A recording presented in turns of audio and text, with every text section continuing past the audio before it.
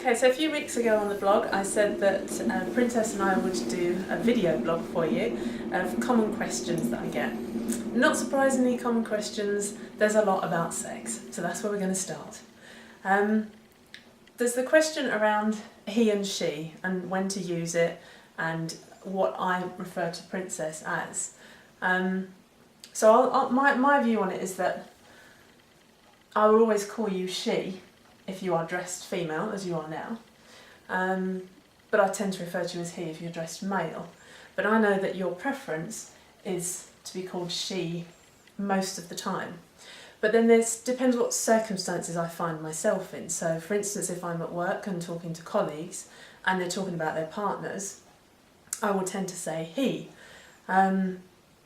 And I'll be honest, there have been times when I've said he because I know if I don't know the person I say she, they're going to make the assumption that I'm a lesbian. And that's a whole other big question. And in terms of lesbian, it's a big question for trans partners, which I think I'll come back to later because I want to hear what your view is on how often I use he and she. I think you definitely use she without fault when I'm presenting as a woman, that's for sure. And I think obviously I prefer that. I have no problem people referring me to as she when I'm even presenting as a man. So even if I look like a guy and people say she, that doesn't bother me at all. In fact, if anything, I quite like it. I just don't like being called he at all when presenting as a woman. But if somebody refers to me as he as a man, that's okay as well. So it's kind of, swings and roundabouts. Yes, there's situations where Angel will refer to me only as he. But the situation dictates that. I think it's really, a simple rule of thumb is to refer to somebody in the pronoun that they present as. So if someone's dressed as a girl, looks like a girl, has got makeup on, then say she. If it's dressed like a guy, looks like a guy, address that person as he. And that general rule of thumb seems to work. Mm-hmm. And I always liken it to, it seems ridiculous to refer to somebody as he who's standing in front of you with makeup, in a dress, wearing heels, with a handbag. When you look at it in that way, I think it's obvious whether you say he or she. And we've had this debate, I think, with friends before now. And there's also an element of safety. And if you're in public in a group and somebody was to insist on calling you he, when you're in, a dress, makeup, everything else, it's the attitude of people around you as well. If everybody sees it as the most natural thing in the world, then they're going to equally see it as the most natural thing and fall in line with using the right pronoun.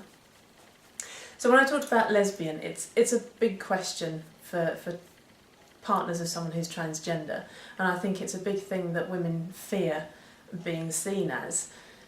And I would say generally I just have a don't care attitude, but if I'm being honest, I know that there are times when it probably is on my mind, like I said, so I'll use he in terms of in front of colleagues, because the assumption would be if I use she that I am lesbian.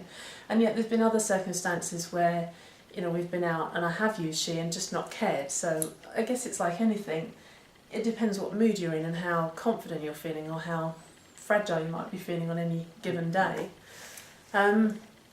So in terms of lesbian, obviously, that's the social situations that I've talked about. But then I've had questions about, so how does it work in the bedroom then? Do I take on the role of man when we're having sex? Or is it like lesbian sex? And I think for me, well, it depends. Sometimes it's very male-female, raw, kind of. It's heterosexual. It is heterosexual. We have a heterosexual relationship because biologically I am male and biologically Angel is female. So if you look at it purely from biology and purely physically, then it's a heterosexual relationship. However, if you're under the illusion that sex is purely a physical act and there's no emotion or mental energy involved, and I probably would venture to guess that your sex life isn't very exciting. Sex is more than just the physical act of doing it. So if you have to slap a label on it, if you feel you have to slap a label on something, that's really more something you do for your comfort rather than us. We don't we don't need to label our relationship straight or gay or lesbian or anything else. It's just our relationship. And we could say that what we do in the bedroom and how we have sex is really our business. And yes, that would be a valid, I think that would be a valid point for us to make. But in the spirit of this blog and sharing, I would say that, well, absolutely, sexually our relationship is heterosexual. There's really just no other way to put that, really. So I was going to go with animalistic before you cut in, but as you said, maybe giving away too much. yeah. No, so you're absolutely right. But there's other circumstances where if you wanted to put a label on it and say it's lesbian, then I would say it's more likely that foreplay is sometimes lesbian or could be deemed lesbian. But at the end of the day, like you say, you're biologically male, so when the clothes come off, you know, and we have penetrative sex, it is heterosexual. And that's really the long, the tall and short of it. Which then neatly brings us on to classifying. People then find it very difficult to classify, you know, what I am sexually. Am I lesbian? Am I bi? Am I a lesbian in denial? And again, you can't put labels on it. And I do recognise and understand that it's a big issue for a lot of women who are in a trans relationship. And I don't have really any advice to help you get around that, other than I think really what you said, your relationship is nobody else's business and you don't have to classify it. So rather than getting tied up in, you know, what people are going to think, which box they're going to put you in, actually step back and think, well, it's my life and what really, really counts, and it's just you and your partner. Yeah, I'd have to agree with that. I think I said it before. It's our relationship and we don't feel the need to slap a label on it.